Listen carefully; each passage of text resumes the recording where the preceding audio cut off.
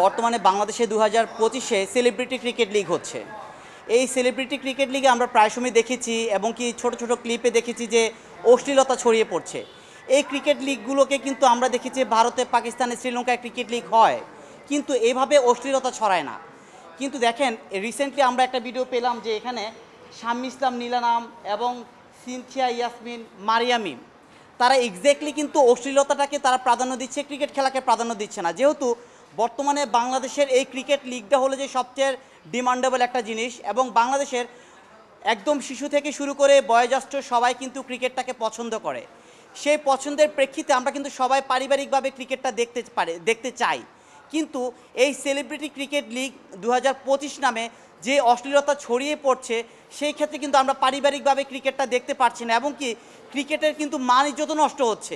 কারণ এই ক্রিকেটের নামে একটা মেয়ে আছে এখানে, আপনারা সবাই জানেন মারিয়ামি, উনি এক্স্যাক্টলি ক্রিকেট খেলতে গিয়ে একটা অশ্লীল ড্রেস পরে উনি নিজেকে শো আপ করছে, এবং উনি বলছে যদি ফিগারই যদি না দেখাতে পারি তাহলে কেন খেলতে আসলাম।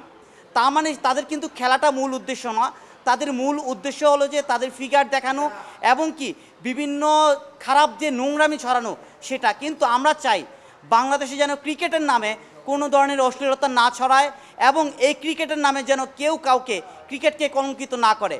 কারণ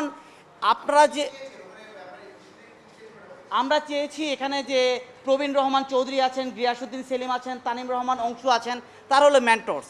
তারা যেহেতু এই কাজটাকে তারা প্রমোট করছে এবং কি কোনোভাবে তারা এই অশ্লীলতাটাকে বেসিক্যালি সরিয়ে নিয়ে আসছে না, তাদেরকে আমরা একটা 15 দিনের সময় দিয়েছি যেন 15 দিনের ভিতরে কেন ক্রিকেট লিগ 2025 সেলিব্রিটি নামে অশ্লীলতা ছড়াচ্ছে তার যেন জবাব প্রদান করে। আনলেস আমরা কিন্তু তাদের বিরুদ্ধে ডিফরমেশনে মামলা করব, এবং কি অশ্লীলতা ছড়িয়ে কেন দিচ্ছে তারা ক্রিকেট লিগ নামে সেই প্রেক্ষিতে কিন্তু আমরা আইনগত ব্যবস্থা নেব।